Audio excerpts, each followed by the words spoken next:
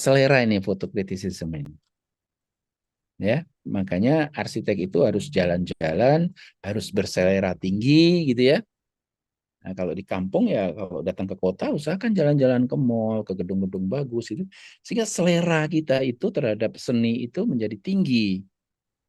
Sehingga kalau dilakukan fotokritisisme kita mampu menuangkan dalam kalimat-kalimat yang bagus.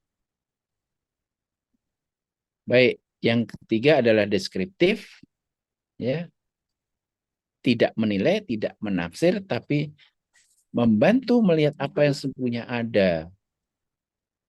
Ya, sesungguhnya adalah begini, begini, begini. Bisa biografikal, bisa kontekstual. Biografikal itu misalnya ini dibuat oleh Le Corbusier ya, Le Corbusier itu begini, begini, begini. Ya, sejarahnya kita ungkap, bagaimana dia mendesain kita ungkap, ya kan dari berbagai literatur sumber kita menjelaskan kembali. Itu namanya deskriptif, mendeskripsikan, menjelaskan. Lalu yang kontekstual menjelaskan ketika perancang itu melakukan rancangannya dalam konteks apa. Oh, ternyata Jewish Museumnya Libeskind itu dipakai ketika terjadi Holocaust, pemusnahan Yahudi. Maka untuk memperingati dirancanglah Jewish Museum. Itu kan ada latar belakang, ada konteks dengan kejadian di mana rancangan itu dibangun. Itu saya tuliskan dalam suatu kritik. Oke, siapa pengamatnya? Pengamatnya banyak nih. Ya, pengamat itu audiensnya itu harus kita perhatikan kalau melakukan kritik. Kepada siapa kita menuliskannya? Bisa orang awam, bisa pakar, bisa masyarakat, bisa pemerintah gitu ya. Ini menemukan seni tersendiri. Karena kritikus atau kita semua yang menulis kritik nanti bukan untuk kesenangan pribadi, tetapi memberikan informasi, mengemukakan pendapat kepada orang lain. Maka harus hati-hati sebenarnya tulisan saya ini nanti, kritik saya ini nanti ditujukan kepada siapa.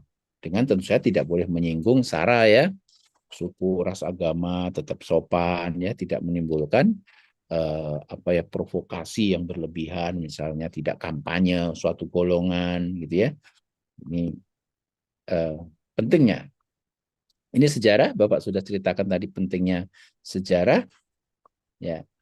Di dalam sejarah itu sebenarnya apa sih yang hebatnya sehingga kita harus tahu ini supaya kita bisa melakukan kritik.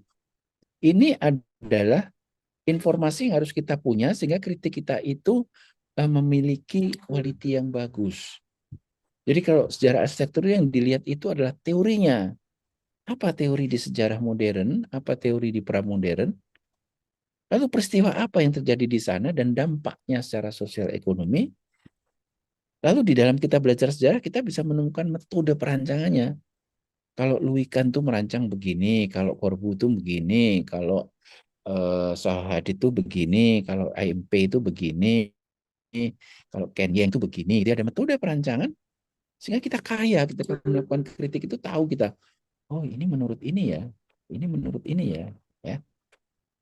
Lalu ada bangunan dan dokumen terkait. Jadi selalu kalau kita belajar sejarah kan ada gambar-gambar bangunannya, ada tipologinya, ada bentuknya, ada warna, ada pencahayaan, penghawaan. Itu kita pelajari dari historical. Ya, kita gunanya belajar sejarah. Lalu ini metode ketika kita melakukan penggalian sejarah. Ada diambil, ada di penonjolan pandangan tertentu dan experience. Barangkali yang ketiga ini nanti akan bahas pada minggu depan, kiranya sebagai penutup siang hari ini dalam arsitektur teori kritik sejarah saling berkaitan. Oke. Teori kritik penting masyarakat untuk mengalami perubahan. Ini penting karena kita belajar sejarah, karena kita tahu perubahan dinamika arsitektur itu demikian cepat. Ya, ada teknologi yang berkembang, ada sistem sosial berkembang, ya kan?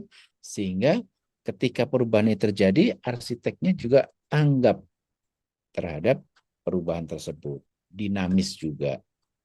Ya, sehingga mau tidak mau Anda memang atau kita semua arsitek harus paham tentang sejarah, di mana dalam sejarah itu ada teori-teori atau metode, ya, ada peristiwa yang sehingga itu menjadi pembelajaran bagi kita untuk merancang masa depan.